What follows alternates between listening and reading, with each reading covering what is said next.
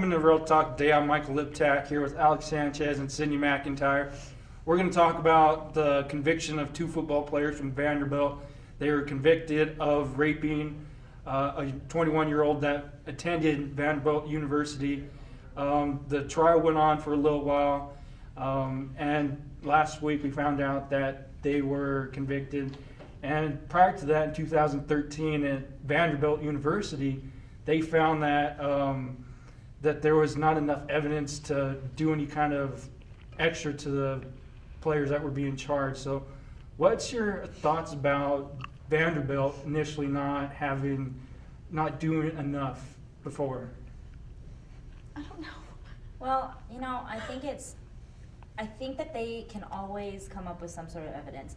But I really want to take this back to kind of the beginning of the fact that, this is an Ivy League school, that we shouldn't be hearing about things like this from this type of school. I think we need to be hearing more about the academics and what these students are accomplishing in that matter of fact.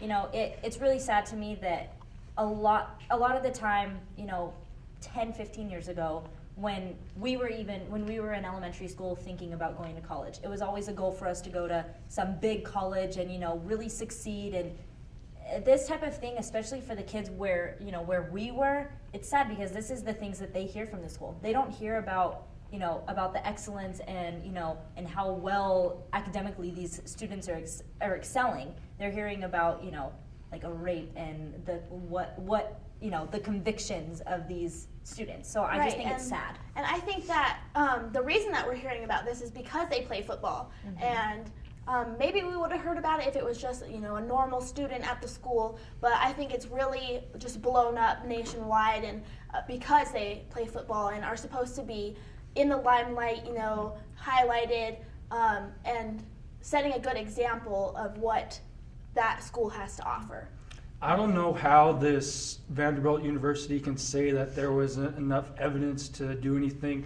There's a video of them carrying this girl unconscious, and they actually took pictures and videos while they're doing it and sent it to some of their friends. I mean, it's like, what more do you need? I mean, there's just the dorm video alone should have made Vanderbilt to jump real quickly. I mean, seeing these two guys carrying an unconscious woman, I mean, it's like, how crazy is that? And then you look at during the trial itself, their argument was that they were too drunk to remember anything. It's like, that's not a damn excuse. And to answer your question though, you asked us, why didn't they come up with the evidence? Why weren't they able to cover up? Yeah, to show forth what had happened. Well, like we were saying, they are an Ivy League. They're prominent. They have a lot of power behind them. So maybe that's one of the reasons why they can kind of just push it off. Like a lot of things can be dealt with in the media, and and it's happened. It's happened twice. And just brush it under the rug. They're trying to preserve the image that their school gives off, their students give off, and so I think that might have been one of the reasons that we didn't hear about any evidence. And we talked about before about binge drinking in college and the type of effects that has, and this is a perfect example of that. I mean, this is why you shouldn't drink excessively in college. I mean, yeah, you want to have fun, but there's other ways to do it. You can have a drink or two, still have a good time with friends, and so have a memory. Yeah, it's like, actually remember. that's the scariest part is we see so many people post on Facebook or social media. It's like, I don't remember what happened last night. It's like, wow, that's just scary to me. But if you would like to join the conversation, follow us on our Facebook page.